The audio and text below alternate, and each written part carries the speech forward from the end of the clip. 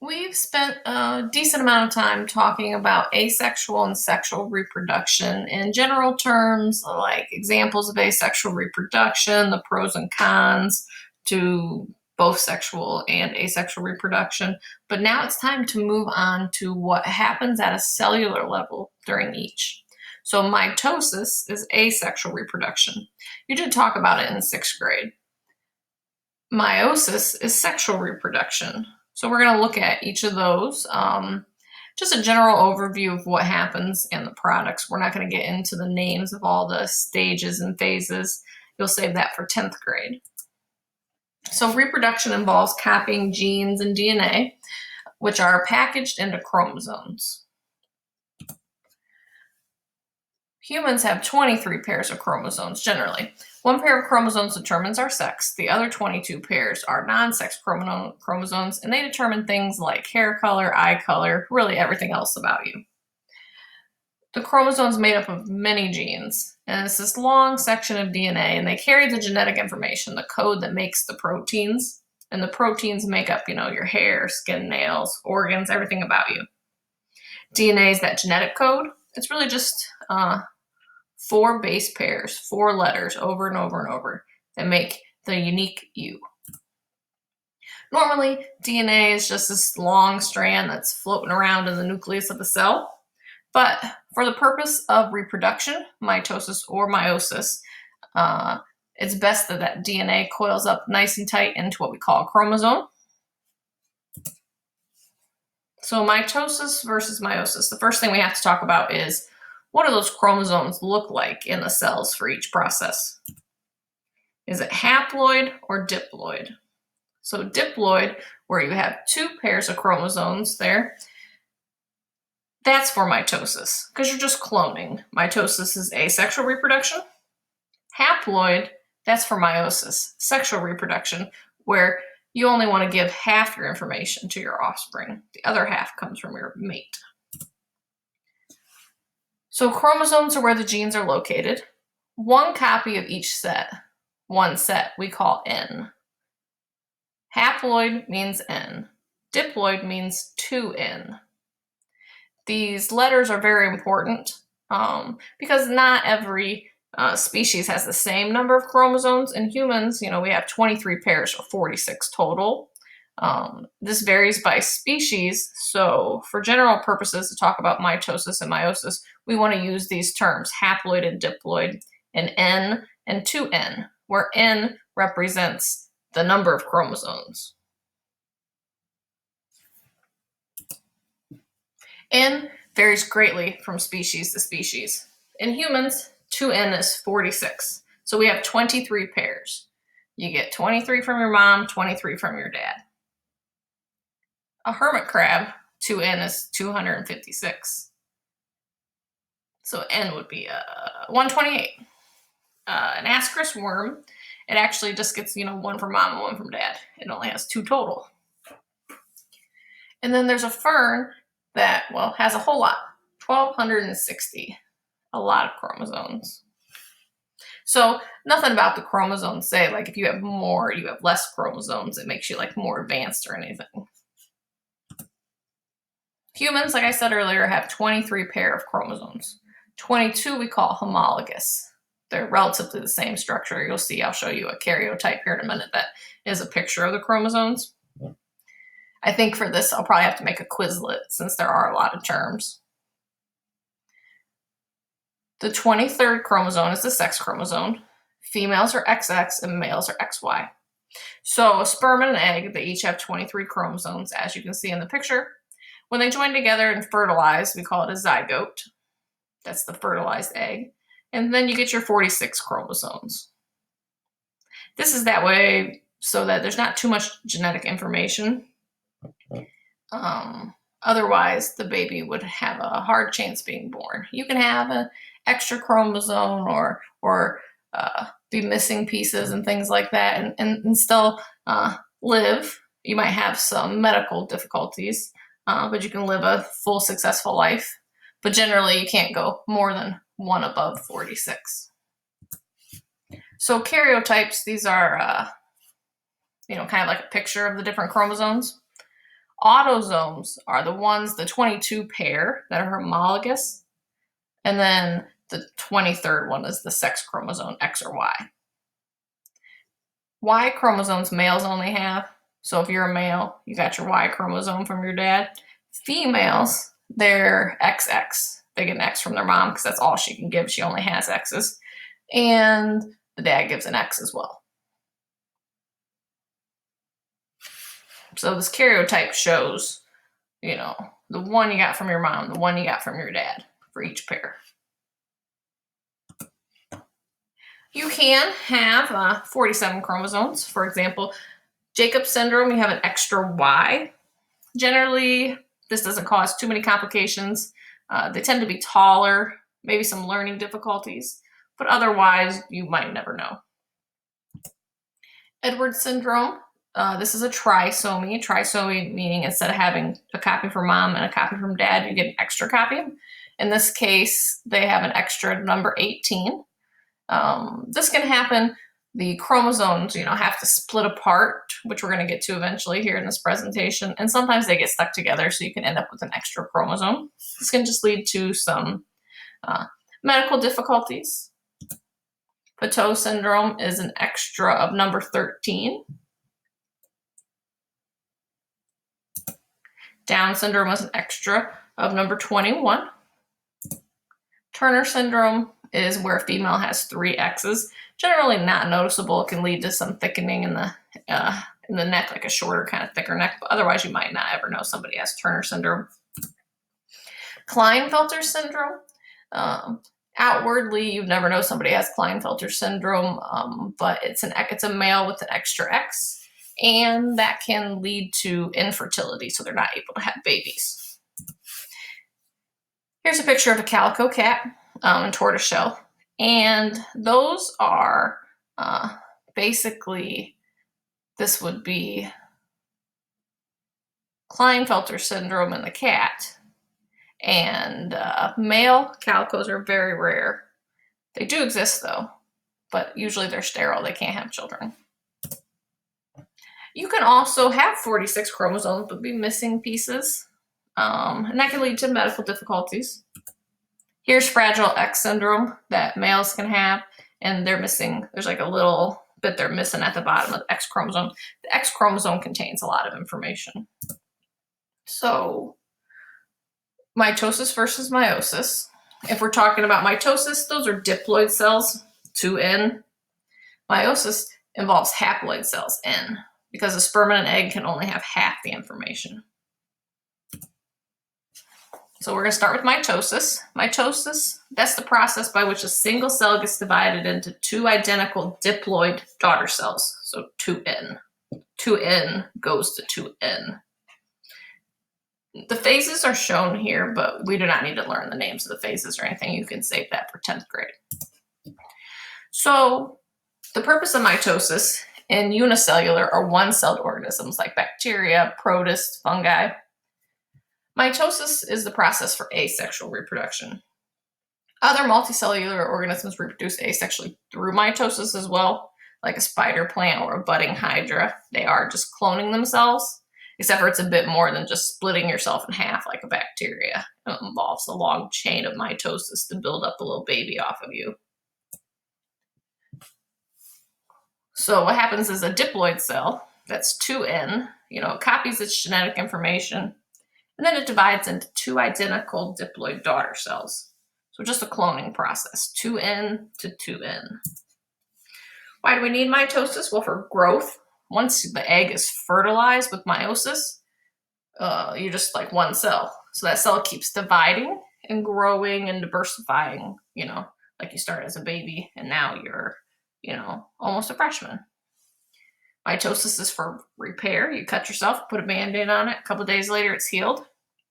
Maintenance in your body, like you get new skin cells all the time, new liver cells.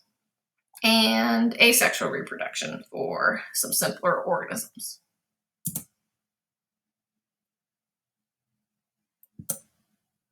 So here is a zygote, that's fertilized egg. Sperm goes into the egg, and that was meiosis. And then mitosis starts from there on for the rest of your life. You know, 2 cells, then 4 cells, then 8 cells, and then you're a blastocyte. Meiosis, that's sexual reproduction. It produces gametes. Those are specialized sex cells. We call them sperm and egg. Meiosis is a type of cell division that involves the reduction of the number of chromosomes by half. And what you end up with is 4 haploid daughter cells. So 2N ends up being just N. It's very essential for the formation of sperm and egg. When those haploids, sperm and egg, fuse, you get a restored number of chromosomes. So sperm is N, egg is N, put them together, you get back to 2N, as you can see in this picture. So N plus N equals 2N, and that makes a baby that has just the right amount of information. If every time something reproduced, it got all of the genetic information from mom and dad, the number of chromosomes would just keep multiplying out of control, and there'd be way too much information. It wouldn't form a healthy human. So in the case of humans, you know, with 46 chromosomes, 23 from mom plus 23 from dad equals 46. So here's that process.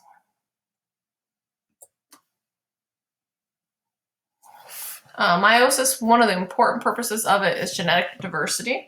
This is why sexual reproduction is the most common method of reproduction. That genetic diversity really helps you to not go extinct in an ever-changing environment where there's predators and parasites and things like that. That genetic diversity makes it harder to wipe out an entire species.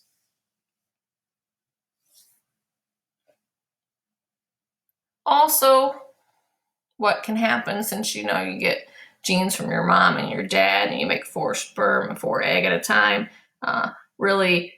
it can help get rid of genetic abnormalities that can tend to arise in that process. Further genetic diversity arises from a process that happens early during meiosis where chromosomes change, trade genes. Really, it's kind of not an 8th grade topic. You'll learn more about it in 10th grade, but it would be remiss not to mention it because otherwise it wouldn't make sense. You could end up being just like your brother or sister. It's like, how are siblings different? Well, the reason why everybody on Earth is different is because of this process called crossing over. What happens is early in meiosis, chromosomes do this little dance and they'll trade sections of information. And this happens in this totally random way. And that way, when you make 4 sperm and 4 egg, they're not exactly the same. So that's not why you're not like your brother or sister, unless you're an identical twin. So here you can see where they've traded that bit of genetic information. Crossing over during meiosis allows recombination of genes between homologous chromosomes. This alters the linkage between genes on the same chromosome. Crossing over occurs frequently during prophase 1 of meiosis, when homologous chromosomes associate with each other in a structure called a tetrad. First, consider the possible inheritance of alleles for 2 genes on a particular chromosome when crossing over does not occur.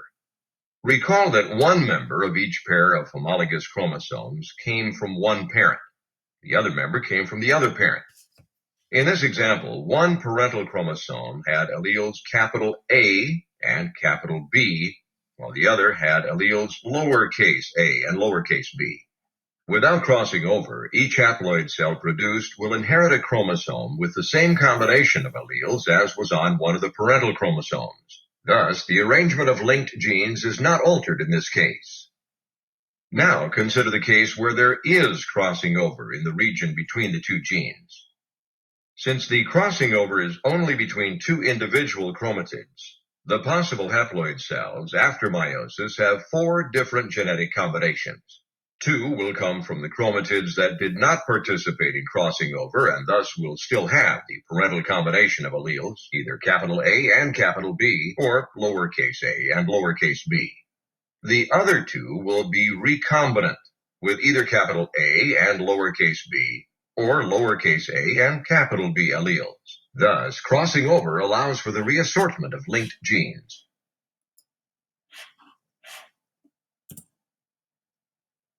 It starts off like mitosis. as seen here under polarized light. But something different occurs when these double chromosomes line up prior to cell division. They form two rows, not one. The two strands of one double chromosome facing the two strands of its matching partner.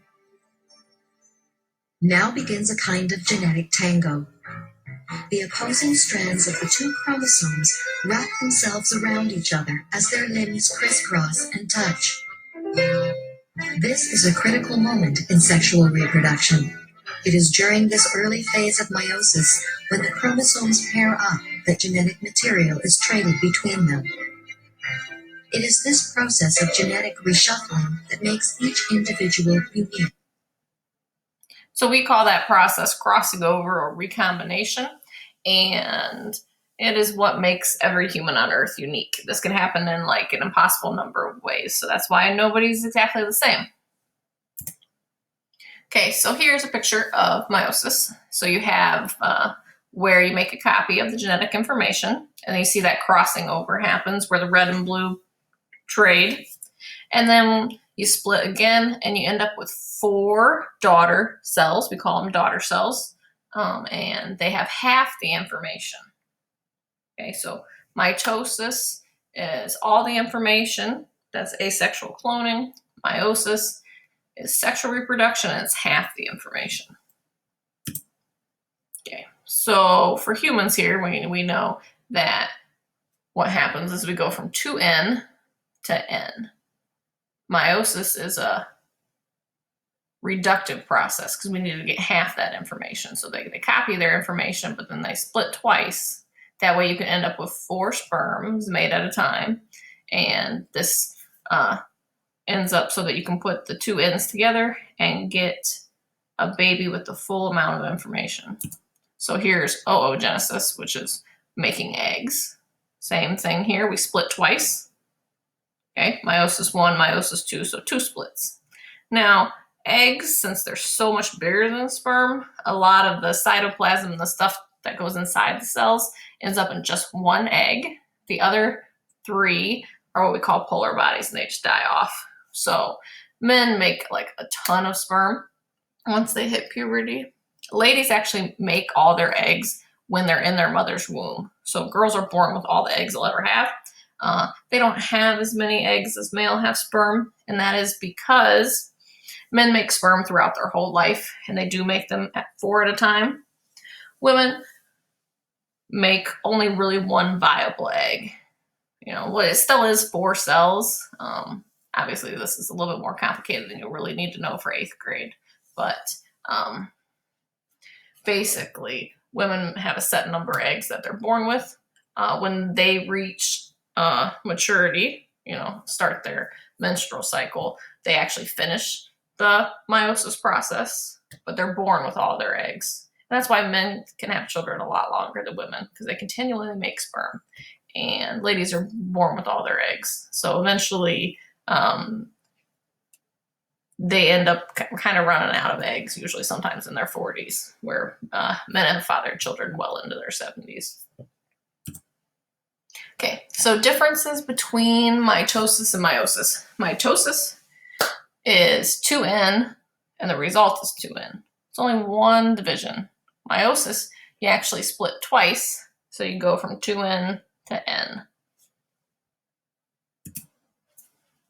Here's that picture for you. So I know meiosis and mitosis are flip-flopped in the previous picture to this picture, so that could be confusing. But mitosis, 2N, copy your information, split in half. You're still 2N. Meiosis, you copy your information, you split, and then you split again. And that gets you 4 unique cells with only half the information. All right. So here's a little diagram of it. This is for humans. Obviously, if I were to say potatoes have, the N for a potato, or 2N, let's say the 2N for a potato is 20, right? Then we know for mitosis, you'd end up with 2 cells with 20. If it was meiosis, you'd end up with 4 with 10 in it.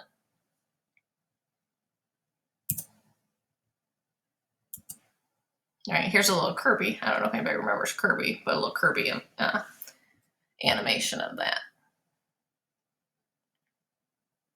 So mitosis is 2 identical diploid daughter cells.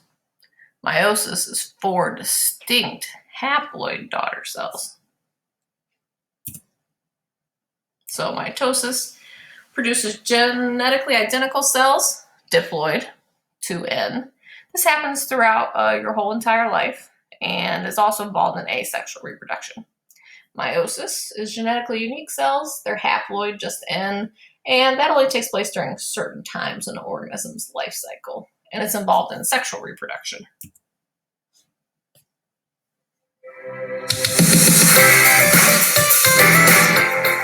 Really loud.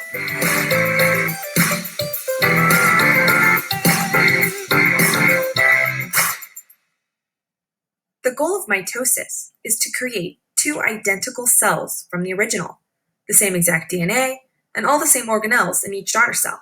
First, the cell has to duplicate its genetic materials, and then those copies separate into 2 new nuclei. The goal of meiosis is to make 4 different cells with half the number of chromosomes.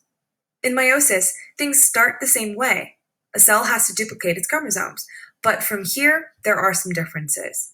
During prophase, the homologous pairs swap sections of their chromosomes, creating more variation in the genes. The homologous pairs split up in the first division. But in the second division, the chromatids separate into single chromosomes. This gives 4 totally different cells with half the normal number of chromosomes. But why would we want any cells with half the number of chromosomes? Sex! Oh, sure, now you're paying attention. But seriously, in order for the sperm of the father and the egg from the mother to make a normal baby, they each have to contribute half of the chromosomes. The sperm and the egg are haploid, which means they have half the normal amount of chromosomes. To show the haploid number, we write the letter N. In the case of humans, the sperm has 23 chromosomes and the egg has 23 chromosomes. And when they come together, they create a zygote with 46 chromosomes. This is 2N because N plus N is 2N. The new zygote is diploid. It has the normal amount of chromosomes. Different animals and plants will have different diploid numbers for their species. For example, fruit flies have 8 chromosomes, dogs have 78, and lilies have 24. All of the somatic cells in your body are diploid. Somatic cells are all the cells in your body except the sex cells or gametes. Those are haploid. The only sex cells are sperm and egg. Males make sperm in the testes, and females make the eggs in the ovaries. Males make sperm continually from puberty, but females are born with all of their eggs in the ovaries and only begin to release the eggs after puberty. It's a kind of a strange thought to realize that half of your DNA was around in your mother for years and years and years before that egg was finally released, fertilized, and became you. It's pretty amazing. Thanks for watching this episode of Teacher's Pet. Don't forget to like and subscribe and follow me on Twitter at SciencePet. Okay, so that's an introduction to mitosis and meiosis. I have a few activities on this, and then we're going to go into genetics, which plays right off of this because you're going to be inheriting your genes here in this meiosis process. And then we'll end up coming back to meiosis because there's some ways to represent the process that involve the genes, which we will be getting into when we talk about genetics. So we'll spend a little bit of time on this, get into genetics and Punnett squares and whatnot, and then come back a little bit to meiosis when we're representing how you can inherit things.